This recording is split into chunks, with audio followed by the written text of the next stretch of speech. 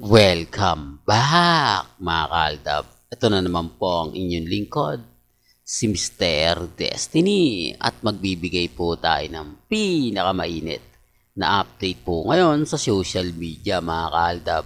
Ito yung pinaka-latest na pinag-uusapan po ngayon bukod kay Henyo Master Joey De Leon at kay Atasha Mulak mga kaaldab. Sabi ko nga po sa inyo dito naman sa channel ni Mr. Destiny, 101% updated po kayo.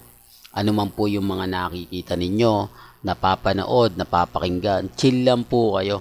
Di po ba? Sabi ko nga dito sa channel ni Mr. Destiny, 101% kung ano yung latest, kung ano yung trending, yan po yung pag-uusapan natin. Ito yung pinaka-latest post ng mga private army mga kaaldab, na kung saan nga po mga kaaldab talagang dito mapapaisip na naman po kayo, di po ba? Bakit nga po ba lagi nilang sinisingit si Mengay?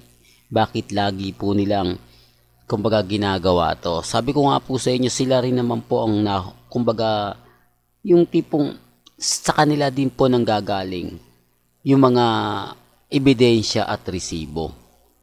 Real talk to mga kaaldab. Kasi dito mapapansin nyo, yung ilong ni Mengay maganda na, di po ba? Kumbaga, hindi po katulad ng mukha ni Mengay na to, di po ba?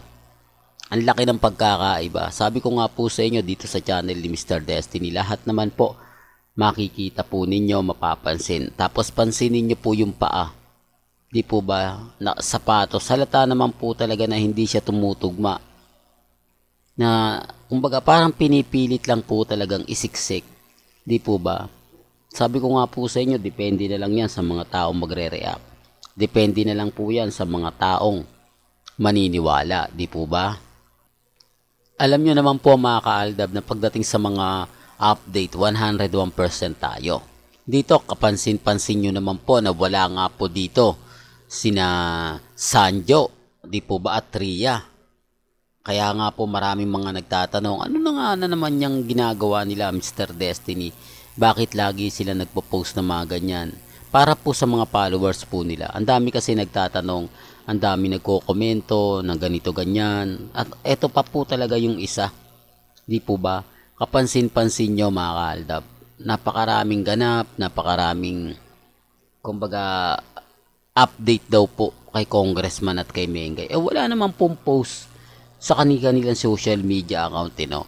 Kapag sila po nagkwento, kapag sila ay nagbigay ng update, mahaba, pero walang ebidensya, walang resibo, marami naniniwala, marami nagre-react, nako, pag uwi ng Pilipinas niya ni Mengay, jauntis na yan. Yun po yung sabi nila, mga kaaldab. Ako naman po, okay lang naman po yung mga ganyan. Kumbaga, normal na lang po sa atin yan. Lalo na po ngayon, di po ba? Sabi ko nga, si Alden Richards, pa-chill-chill lang, di po ba? Kung ano yung suot ni Mengay, yun din ang ina-update niya. Sinasabi ko lang po ito para po sa kaalaman ng lahat.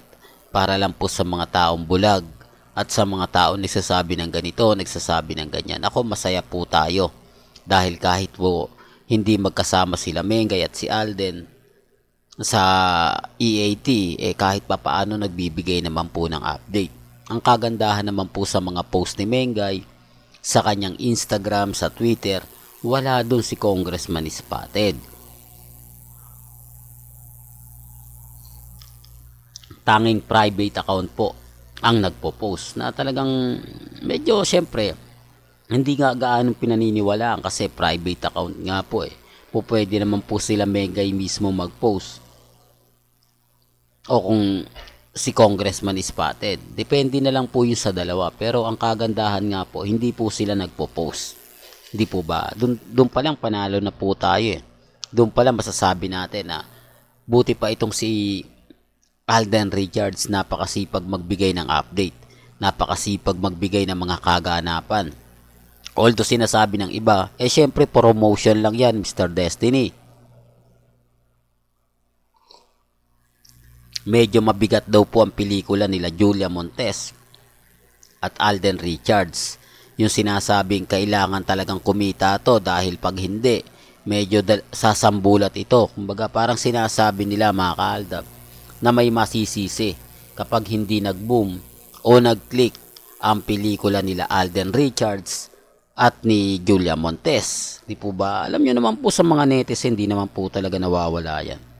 Hindi naman po natin masasabi na ganito ganyan, etc. etc. Di po ba?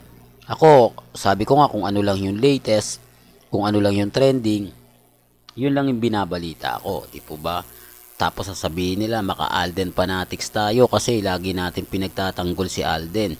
Samantalang si Mengay, hindi naman. Wala naman pong nangaapi kay Mengay. Wala naman pong, kumbaga, gumagawa ng issue mismo sa social media para kay Mengay. Hindi naman po kasi siya nagpo-post sa mga iba. Tanging private account lang naman po talaga yung nagbibigay ng update. Kaya nga po kung titignan nyo yung social media account ni Mengay, di po ba? Puro update. Tapos yung pagbati niya kay Atasha Mulak.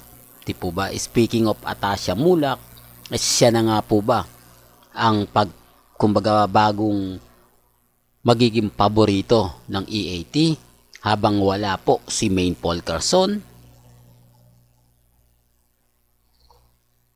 Maraming bali-balita mga kaaldab na October na nga po raw babalik si Mengay sa EAT. Yan mga kumbaga komento. Pero wala naman pong eksakto. Kumbaga sabi ko nga po sa inyo si Mengay di talaga nagbibigay ng update. Kumbaga kung kailan lang siya pupunta sa EAT, kung kailan siya magpapakita, dun lang, di po ba? Gaya nga ng sinabi natin, kaya nga po nagdagdag sila ng host. Kaya nga po kinuha nila si Atasha Mulak para habang wala po si Mengay, may mga, kumbaga, yung tipong gagayahin niya kung ano yung performance na pinapakita ni Mengay. Alam nyo naman po si Mengay, sobrang energetic niyan. Siya pa po talaga yung unang bumabanat para makakuha ng mga punchline na magaganda. Yung mga kasama niya, gaya po ni Wally, ni Paulo, ni Alan Kay. Yung sinasabi natin mga kaaldab na hindi naman po porket mahusay ka na ng host, kaya mo nang i-handle yung sitwasyon. Dumedepende ka pa rin sa mga kasama mo. Didepende ka pa rin kung anong punchline yung ibabato nila na maganda mong i-deliver. Di po ba? Para nga po sa mga audience at sa mga viewers. Sinasabi ko lang po ito para lang po sa kaalaman ng lahat. Dahil alam niyo naman po, kapag nagsama sila Mengay at si Alden, riot po talaga sa kakulitan. At syempre, sa kakiligan. At yung chemistry nga po talaga nila, hindi mawawala. Well, hanggang dito na lang po yung updates natin ha. Kaya kung gusto nyo pa po ng pinaka-latest at sariwang update, abay tutok lang po kayo dito sa channel ni Mr. Destiny para updated po kayo sa mga bagong video po na ilalabas po natin maya-maya lang. Hanggang sa muli, salamat po sa panonood at pakikinig.